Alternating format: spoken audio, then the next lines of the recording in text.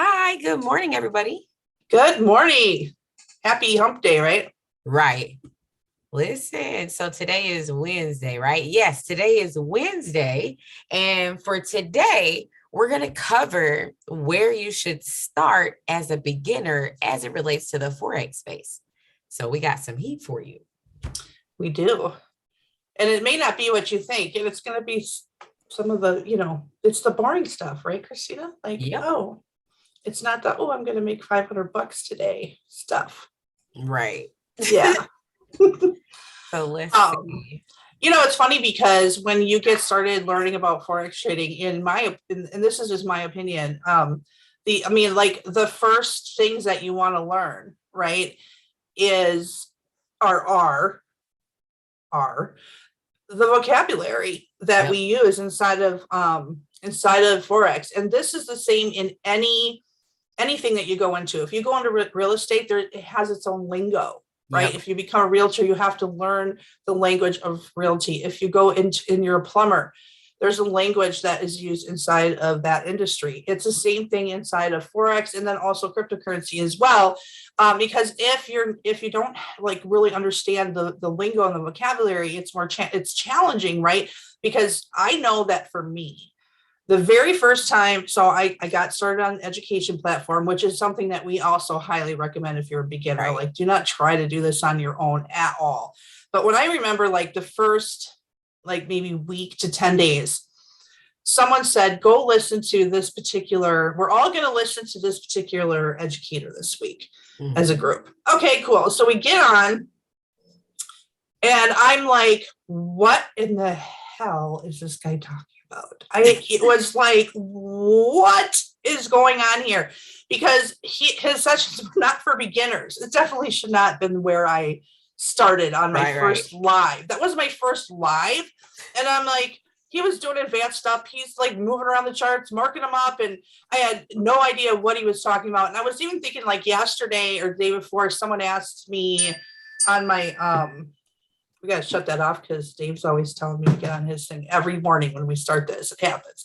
So I said on my Facebook page, hey, we got a free drop, right? I think you saw that, Christina, because you're like, oh, you're welcome, because she helped me out, right? So someone said, oh, which drop was this? And so I was just kind of chuckling to myself after I typed up. I was like, this was the XRP drop for Flare. And if you had Flare coming, you most likely have this, and I'm like, if a lay person was reading that, it's like we're talking like, did you get the MXR for the XRP? And then you can also get some, some ALS or like what in the heck are they talking about? This sounds complicated, right? Yep. Like all these acronyms. So for me, like getting on that first live that was advanced, that was not where I should have been at all. Like I literally felt like it was foreign language. And so when you start, it's going to feel like a foreign language. You're going to feel like, are they actually speaking English on here? We are, but you want to learn the lingo. And, Christina and I work with our teams to, give you even that first vocabulary list, right? Yep. Of things that you need to learn. So because if you hop on a session and you don't know what they're talking about, it's hard to retain the information. So yeah, first the lingo, just the lingo, even if you don't exactly understand it. And some of it will just come from osmosis. Yeah, just from being in the conversations. Mm-hmm. Like my experience was a little bit different than Christy's. I came in at the time that our platform, the education platform, had an educator teaching basics. So at the beginning of the videos, you would get a vocabulary term and you would get a question that would be answered by the end of the video. So to this day, I still have this little book, this little trading book. And in the back of my book, I have like all of my vocabulary terms. Oh, yeah, there it goes. Mm-hmm. Right. So it's a list of my vocabulary terms, because what I did, and my advice, like tip number 2, is going to be to get something to take notes in. And I don't have like one notebook. I have like 6 or 7 notebooks over here for different things because we trade different things. But write down the things, and I put all of the vocabulary terms in one section. So as I was in those conversations, I could, without pausing or stopping, I could go, you know what, let me go to the back of my book, oh, this is what that means. And I could keep up with the conversation. So having just the vocabulary terms and having a thought process of needing to understand these terms first is going to help you out. The next thing that I would say, you're going to hear us harp on this a lot, because it's not missing from, like, it's not something that you do in some places. It's something you do everywhere. Hash out a schedule for yourself, right? Hash out a schedule when the kids are going to be asleep. You've already had dinner. The house is quiet. The pets are put away or napping, right? When you can actually dedicate time, even if it's 30 minutes, to just getting some of the educational information down, because it is a new language, but you have the benefit of it being in English, so you can look up the definitions. But you kind of need some uninterrupted learning time, and be aware that sitting for longer periods of time does not mean that you obtain more information. Your brain actually doesn't allow you to take in an hour and a half's worth of information. So little chunks of 30 minutes or so with breaks in between is really good. And if you went to college, if you studied for any big exams, if you've taken on a trade and you needed to study, one of the things that I found when I was in college was that you can create memories with smells or sounds when you're studying. So I used to eat oranges when I studied, and then I would eat oranges when I took the test, because everything that I had learned was associated with that smell. So there are lots of different hints and tips that you can just dive into so that you can learn how you learn to be able to catch on to the information quicker or more quickly. Yeah, and that notebook, I actually had the same beginner stuff as Christina had too. It's just that our mentors were like, get on this live right away too. And I like, don't get on the advanced stuff right away. Like, just don't, because I was going through those same things and writing the notebook down, my stuff in the notebook. And you know what happens with that notebook? It helped me too, like where I didn't want to have to go back and find or rewatch a video every time I was trying to recall something. So I had, and I still have it too. It's over here as well. It has all that beginner stuff from a Daisy in this notebook, and it's taken down in a way that I understand how I take my notes, right? And then I can find things inside of there that, oh, I just want to remember like what a limit order was. Let me go look at that really quick, or whatever it was, right? And writing the little illustrations of orders in there and everything. And the thing is too, this is just something that I've done for a long time, and it's not specifically to Forex, but just about learning in general. Like, one of the things I like about our platform for beginners is these videos are short, right? So you're learning little chunks. So one of the things that I do, whether it's a short or a long video, and this is just me, but you want to have your own process that works for you, because you're not going to retain most of the information the first time. You also want to use, like Christina said, as many senses, right? So writing things down, having the smell, listening to it, watching it, like as many different things that you can do. But what I do is I'll go through a training once and not take notes. What? Yeah, I'll just listen to it straight through. Then I'll go back a second time and I'll pause and I will take notes. Then I'll go back a third time through it, and then I can fill in things in the notes that I might have missed. So it's like, for me, it's a minimum of 3 times for almost everything that we've ever done, whether it's like the longer stuff that we've done in Mastermind with Kurt, or short Daisy videos, or short beginner videos, if it's been real estate, Forex, whatever, because you're not going to retain it the first time. And that's another reason why, like, if you go to like a live seminar and you're just there for the weekend and that's all you do, you don't like buy any study materials, when you get home, you're going to lose 95 to 90% of the information that you heard at the weekend seminar, because all you're doing is sitting there and listening to even if it's fun and energetic, right? You bring home maybe some of the energy, but not as much of the knowledge as you think that you brought home. So I love that though. And one thing that might help you is taking a learning style inventory test. Because I used to teach adults. So any room that I've taught in, the very first day, the first thing that I do is do my introduction. But the second thing is I have everybody do a learning style inventory, because in a traditional classroom setting, I would set my classroom up according to those learning styles, because some people can sit at the back of the room because they are auditory. They like to listen to it. But my visual people, I need it at the front of the room. My kinesthetic people, I need it in a different group because I could be more hands-on with them, right? So take a learning style inventory to see how you learn.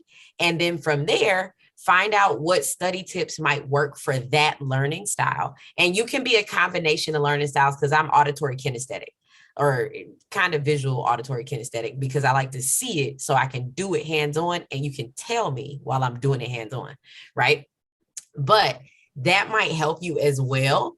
And then as far as just getting involved in the Forex space, y'all gonna hear me say this a lot. Give yourself time to get the information, and do not under any circumstances look at someone else's rate of success and try to match it. Give yourself time, because your life situation is different than someone else's life situation.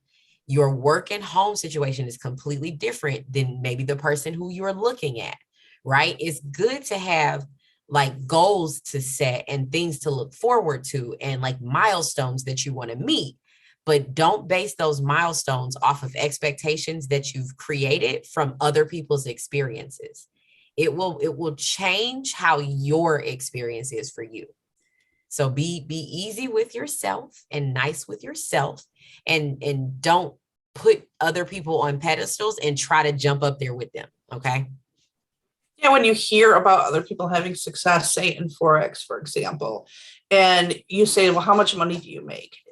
The reason a lot of us don't like to answer that question, other than the fact that legally we really can't, because of we rep for education companies, but also it's because it really has zero bearing on how much money you will make. What the question you're really wondering is, when you ask somebody that, whether it's Forex, making money online, right, affiliate marketing, whatever, is the question you're really wondering is, can I make money online? Can I make money in Forex? So the reason you're asking somebody how much money they make is because you're really wondering if you can make money doing something. Mm-hmm. And so when you ask, that question, if someone does by chance tell you, well, you know what, I make, 6 figures, or I make 50,000 a year, or whatever it is, right? If they do share with you, the only thing you should take from that is it tells you that it's possible. Right. And it has no bearing on if you'll make that or not, and how long it will take you to get there. Right. But I do like to see people having success and things with people that I follow. I don't need to know what their bank account looks like, but I do want to know. Right. And I think that's another reason that we do sometimes ask that question, because you're thinking, am I following the right person? Right. Yeah. So, the right people, they really, no matter what, are not supposed to be, divulging how much money they make or can't make. But I do think that it is important to follow people that have success, and understand that when you look at how successful they are, or how much money they make, that you're just saying, that's awesome. It's possible. I'm on my own journey. Right. Yeah. Yep. So I have a pro tip for you guys that I just found out recently. Right. Christina, someone's at my door. I'm going to be right back. Okay. Yep. So I have a pro tip for you guys, from something that I recently found out. I recently went to one of our events, and at the event, they were saying part of their onboarding process for new people is to show them, as it relates to what we do in the education platform that we've partnered with, but to show them the education platform and show them the educators, and let them plug in with the educators in their favorite section. Because on the platform that we're with, educators have favorites, like favorite classes or favorite lessons that they've taught. So the advice was, go to this section where all the educators are. Don't pick one educator. Go to the favorite section and listen to maybe 5 or 10 minutes of each of these educators, so that you can find someone who resonates with you. right? Maybe find someone who speaks more the way you do, or who teaches in a way that's going to be conducive to you learning. So don't jump in and say, because the entire team is doing this, I'm going to do this. That's cool, because clearly people are seeing success. But if you guys learn differently, it might be better for you to base your decision off of your own opinion. So that is my tip for you guys. As it relates to the platform that we've partnered with, the educators have a favorite section. Go in, listen to 5 or 10 minutes of each educator in that area, because we trade something called harmonics or market geometry. We trade, naked charts, right? We trade a little bit of everything, but they're different educators for these different areas. So pick an area and then listen to those educators and figure out who's gonna like teach you or who you resonate with. And I think for like Christina and I, like our main mentor that we follow, Kurt, one of the reasons that he has had such success with a following, right, with people who seek him out, is because he will take a lesson and you'll learn something, and then the next lesson will build on the previous one. Yep. And then the next lesson will build on the previous two. And so you're building up the knowledge in a way that makes sense for majority of people, but also he is full of repetition. And people say, oh, Kurt talks about this stuff all the time. That's how it sticks with you, because it's a constant repetition. It's a good thing. All educators who are teaching you should have some form of repetition, right, in their teaching. But everybody is different. Like for me, I actually retain by reading better than any other format. Mm-hmm. And I've tried, doing the Kindle and reading on my phone. It's still better when I physically have a book. It just is. I don't know if it's because I'm just touching, you know what I mean? Using the or tactile. What it is. Yes, yep. But for me, it's like if I'm watching a video online, like my husband too, even shows, we put the closed caption on. Yep. I retain better when I can see the words. And so you have, like Christina said, you have your own learning style, and then also keep that in mind when you're looking at educators, and as well as if you say, oh, somebody else is trying to learn in the same way you are and they're not having as much success, it's because they may learn in a different way. Yep. And retain in a different way. So like video for me, it was very hard for me challenging for me to kind of move into the video world, because I do not retain hardly anything from video. I just don't. So like, it's hard for me to come into or take that transition from where we did a lot of email marketing into we need to incorporate video, because I wasn't registering other people learn well with video, or, because I don't, right? So you have to kind of move away from that and say, okay, and if you're just learning something, if you don't, and one of the things like Christine and I have a goal of is eventually, like when we're doing our own training stuff, is being able to download the MP3, is being able to read it on a PDF, right? Yep. And having closed caption on videos if you need it, so that we can do as much as we can for different learning styles as, we start to develop things that we're doing trainings on as well. Mm-hmm. Yep. Because we got you. Right. We got you covered. Like you have no idea. We got you covered. Yeah. I think my next tip is, when you're getting involved in this space, if you learn well with others or in groups, create a group or a mastermind, or even just get an accountability partner. And that's somebody who you can say, we're going to meet once or twice a week, or however many times you guys want to. And you're going to say, this is the goal for this week. I'm going to tackle these 5 videos, and then we're going to meet back up. Having an accountability partner works well for a lot of people, because you have someone else other than yourself that you have to answer to when you don't get things done.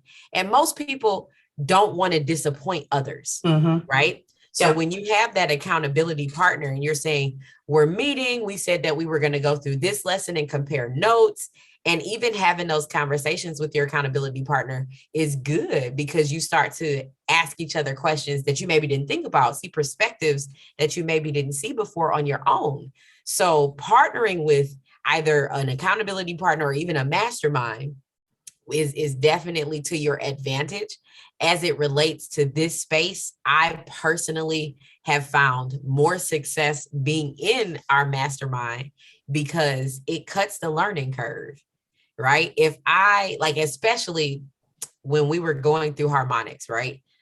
Harmonics is not a thing that I see. There are people on our team who see just the little triangles and they pop up and they know exactly what it is. Not for me. So I partner with people who see those things. Meanwhile, I have an entire zone on Fibonacci that I see everywhere. They don't see them the same way. So when we're trading, when we're talking about what we see in the market, when we're comparing notes, we can kind of get rid of having to learn both parts so much as you would just have to compare. So it kind of speeds up your learning curve too. And it keeps you on task because, like I said, most people don't want to disappoint others. Yeah, it's actually how Christine and I really kind of met because we were in mastermind together. And then we were put into groups for homework and we were put in the same group. I found out intentionally we were put in the same group initially. Right. Found that out later. Knew that was going to work. But anyway, we end up, and I also don't see Harmonics really that well. And it's funny because we all, like Christine and I, we have the same method, not the same exact method that we trade, but we use the same type of strategy. And then we have our own way of trading it. Right. Mm-hmm. And there are people that will talk to you about Harmonics. Like it's the only thing. It works if you can learn it and see it. I've learned it. Right. And learned it, but I don't see them like right on. Like some people look at the chart and they just see them. Right. And it's fine. I don't need that to be successful. Right. I don't need that to make money. Where Christina sees 786, 886 zones, I also see those. Right. And I see sweet spot zones. And so it's interesting because I guess the biggest thing that we're trying to say about these different steps is that it's your journey and it's different for everybody. But the most important thing is that once you decide to do this, be consistent on the steps we've given you, the consistency. Right. Like if you say, well, I'm going to put, I don't know, 10 hours a weekend, I'm going to put in 10 hours and you put 10 hours in this week and then your next 10 hours isn't for 3 months. You can forget the first 10 hours you did. Exactly. Doesn't count. You're starting over. It's the consistency. I'm learning Spanish and I'm only doing 15 minutes a day, but I would rather do 15 minutes a day than 2.5 hours all at once. Yep. Yeah. Yep. And then not do it like, oh, on Saturdays, I'm going to do it for 2 hours. I'd rather do 15 minutes or even 10 minutes every day instead of doing, because it's just the retention of it. Yep. Yeah. If you don't use it, you lose it. Right. Isn't that the truth? Right. It, like all of us took Spanish or something like that in high school. And then as adults, we're like, right. I get count to 10 in German because I took German. That's about it. Really? Oh, wow. And it like that's for me, if y'all like, you guys are going to learn I'm a foodie. I can order food in like 4 different languages. That's but awesome. as far as casual conversation goes, yeah. If it's not food, and I can order like the same, like chicken in every language. It's funny because it's the universal food to me. Right. Everybody's got those chicken, right? Yeah. Like, but the thing is that we're saying is it's just like Christy said, it's your journey. So take that into consideration. That's the biggest thing to consider is that this is your journey and you have to figure out what works for you. Even in choosing the people that you work with and the masterminds that you join, you have to figure out what works for you. Because inside of our mastermind, we have a group of people who love harmonics. We have a group of people who love to use certain indicators. We have a group of people inside of what we do that don't trade, they just invest, right? So our group is filled with different types of people and they've partnered together and that's how it went. And now we know though, we have a resource. I can go to this group because I don't trade harmonics. I know who to ask, right? I don't really like, we have the cryptocurrency airdrop kings, the NFT kings on our team. We know where to go, right? They do research that I couldn't find if I fell in the hole that they went down. Okay. But, yeah, it's your journey and it's very important, like to keep that into consideration. But even then too, don't think about it as this is something that's going to happen in a month or 2 or 3 or 5. Okay. What? That's it. I'm out. Right. I'm out. No, I'm just kidding. I was explaining that to somebody yesterday that I've talked to the educators that are on the platform, and the consensus that I've gotten is that it's about 2 years minimum. 2 years minimum. And that's not to say 2 years before they seen profit. That's not what I'm saying. What I'm saying is 2 years before the skill that they learned was able to sustain their lifestyle. Okay. So give yourself time and make it a realistic amount of time. And please, YouTube University might not be the best place to go, because YouTubers don't give you 100% of the sauce. I know I am a YouTuber and I don't give 100% of the sauce. I give you enough to keep you coming back because, social media is monetizable, right? If we give it, just like the education platform, if they give you everything all at one time, what would you do? You'd run away. The same thing with your employer. If they gave you all of the money that you needed to sustain your lifestyle at one time, would you really work for them? Right. Would you come back to work tomorrow? No. Not at all. Right? But give yourself a realistic amount of time. Like, make realistic expectations for yourself and do not beat yourself up. Okay? This is tough. Like, we are the hardest part of trading.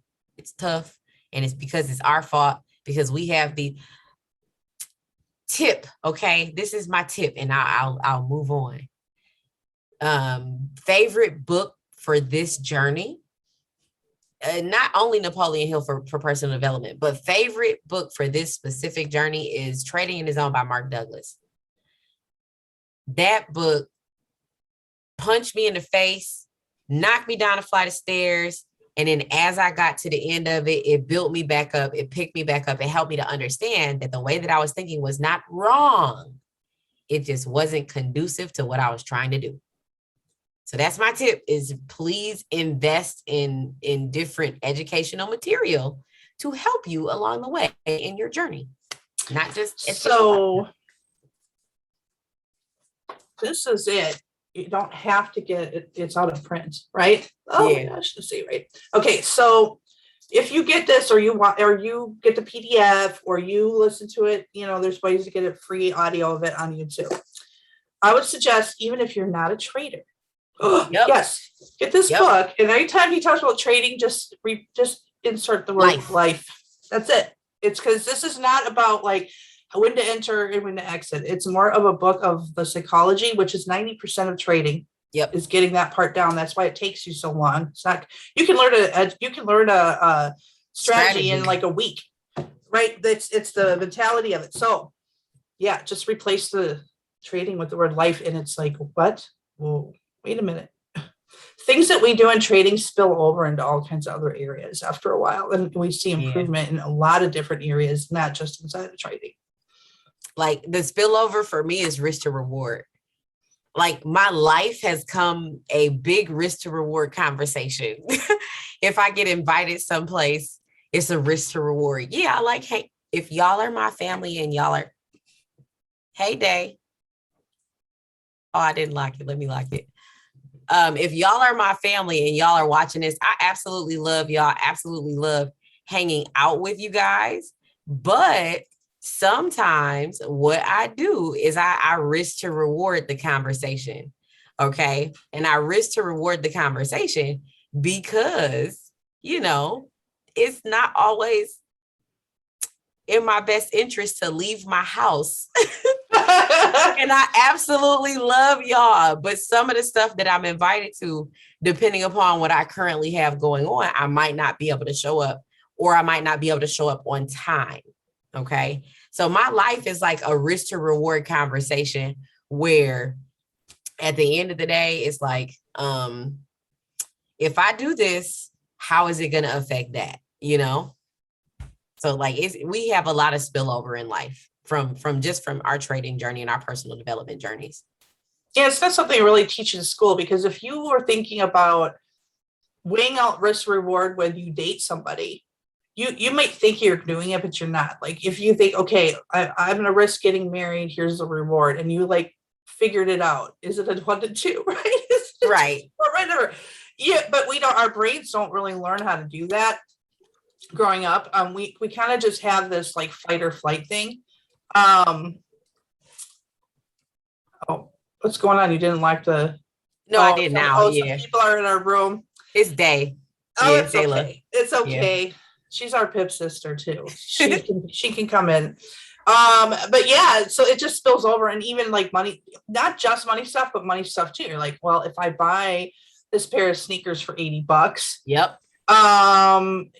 We talked about our rule of 5. If I can't afford 5 of them, I can't afford one. Right. I don't even like can't afford, but I'm not going to put that in my budget. But also, how am I going to feel about the fact that I spent $80 on the sneakers in 12 months from now, when I could have put it into my investment and it might be worth, at least, $200 or $120 or something like that, because once you spend money, it's gone. So you start to weigh risk to reward on everything, even on a subconscious level after a while. Yeah. Like that is the one lesson that was like beat into us, I think. And it's stuck, and it's not bad. Like you form some new habits inside of the personal development side of the journey that we're on. And it's an ever evolving and growing and learning experience for us. But some of those lessons hit hard. And it's like, I can't unsee it. Right. Right. Exactly. So. Yep. You can't, it's like you can't go back. It's like me, I can't go back to a job. It's like once you have certain things, once you have freedom, it's very hard to go backwards. Once you learn something that's creating value in your life, it's hard to go backwards. Yep. Once you experience it and feel it and see the benefits from it, it's hard to go backwards. Right. And sometimes we do, it's okay, but it's just hard.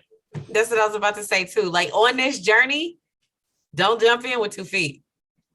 If you have to go back, be okay with going back, because this is the personal development, the mindset side is the hardest part to get past for most people. I'm not going to say for everybody, because like we mentioned the other day, people who have a military background, who are already system-based, rule-based, they already live their lives that way. This is easier for them than it is for people like me, who has this I will do the things that I want to do type personality. Mm-hmm. So we're not saying that for everybody, but for most people, this is the personal development side is a big kick in the butt that you need, but you didn't know you needed it. So when you get it, you don't like it.